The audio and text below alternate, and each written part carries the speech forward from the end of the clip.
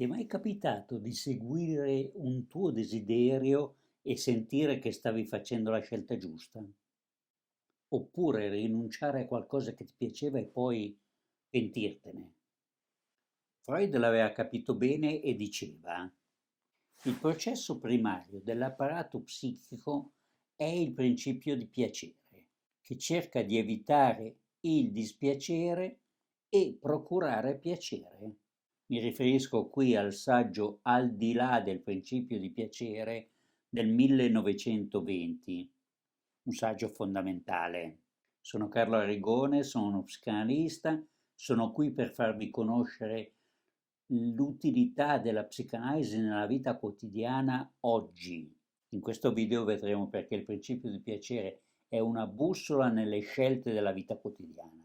Freud nell'introduzione alla psicanalisi diceva: l'io è governato da due forze, il principio di piacere e il principio di realtà. Faccio questa citazione, ne potrei fare molte altre, ma il concetto è da capire molto bene. Precisiamo anche che Freud diceva che il principio di realtà è un'evoluzione del principio di piacere, non, come hanno detto in tanti, la negazione del principio di piacere, ma un'evoluzione. Apparentemente sono due forze contrarie, ma vedremo poi che non è così. Faccio degli esempi molto pratici. Quando tu scegli come vestirti, lo scegli perché ti piace e quindi ti corrisponde, oppure perché bisogna vestirsi in un certo modo, è la moda di oggi. Quando tu leggi un romanzo che ti appassiona, è diverso da quando devi studiare qualche cosa, non solo perché sei uno studente, magari anche per lavoro, devi leggere le mail, eccetera, eccetera. Beh, la passione per la lettura è un'altra cosa, leggi quello che ti piace. Ma un esempio che accompagna la nostra vita fin dall'infanzia. Quando mangi, tu mangi quello che ti piace, non quello che ti fa bene. Se segui il principio di quello che ti fa bene, stai negando il tuo piacere. Vediamo l'esempio della dieta, ma è solo un esempio. Quando una persona fa una dieta fa molta fatica perché è costretta a diminuire, se non eliminare, il suo principio di piacere, cioè quello che gli piace mangiare. Poi vedremo meglio come capire nel dettaglio il principio di piacere, ma è importante notare la scoperta di Freud. Freud ha capito che l'uomo è un soggetto economico. Cosa vuol dire? Che cerca il piacere, che però va inteso anche come soddisfazione, come beneficio, come vantaggio. Ho fatto un video in cui ho parlato del vantaggio secondario della malattia.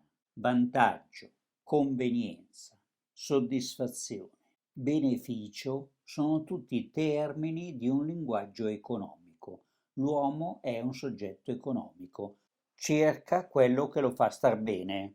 Nel saggio Il problema economico del masochismo, Freud infatti si faceva questa domanda, diceva: ma come è possibile che una persona cerchi il dolore? Cosa ci guadagna in fin dei conti? Qual è il suo vantaggio? Parlerò di questo saggio in un'altra occasione. Ora entriamo nel dettaglio del principio di piacere, perché per capirlo bene ci facciamo aiutare da Giacomo Contri, il quale ha fatto un passo in avanti rispetto a quello che diceva Freud. Contri diceva: il principio di piacere è un modo di conoscere la realtà. La sottolineatura di Contri è innanzitutto sul principio, non tanto sul piacere. Principio vuol dire criterio, criterio di giudizio. Allora, se noi capiamo questo concetto, ci rendiamo conto che quando facciamo qualsiasi cosa, noi abbiamo questo criterio di giudizio, ciò che ci piace ed evitiamo ciò che non ci piace. Quindi nel suggerimento di Contri, come lui ha aggiornato il concetto di Freud, il principio di realtà non è nient'altro che il fratello gemello del principio di piacere, in quanto il criterio di giudizio è il piacere. Su che cosa si giudica? Sulla realtà tutta. Negli esempi, anche quelli che facevo prima, si capisce bene. Il bambino quando è piccolo mangia perché gli piace, non perché deve mangiare. Gli piace, è una bella esperienza, gli dà soddisfazione. Ma anche da adulti è la stessa cosa. Perché andiamo al ristorante? Perché ci piace mangiare bene. La stessa cosa sul vestirsi, ma quando tu vai a fare shopping, che tu te ne renda conto o no, ma scegli l'abbigliamento che ti piace, poi guardi il prezzo e dici mi conviene anche. Possiamo fare anche l'esempio sul far l'amore. Far l'amore non è solo l'atto sessuale, che spesso si fa perché si deve, no, è un'altra esperienza di soddisfazione, di gratificazione, di piacere, appunto. Ma il piacere non è ben definibile. Perché? Perché ciascuno ha il suo. Quello che piace a te non è detto che piace anche a me, ma non è giudicabile. Il tuo gusto è solo da rispettare. Poi ciascuno di noi dovrà seguirlo. Ecco, se non seguiamo il principio di piacere, diventiamo un po' estranei a noi stessi, rischiamo di ammalarci. Allora, concludiamo velocemente su questo accenno al principio di piacere.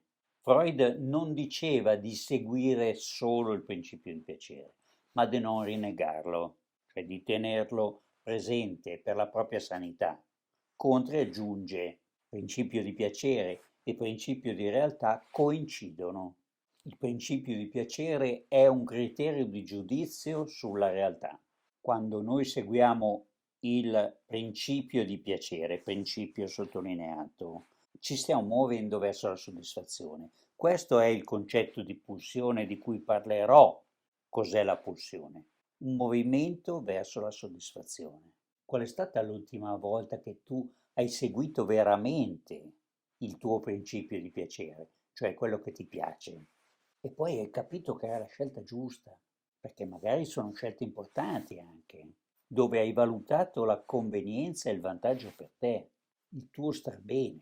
Scrivilo nei commenti e se questo video ti sembra utile, condividilo con delle persone che potrebbero essere avvantaggiate da questo video. Pensaci.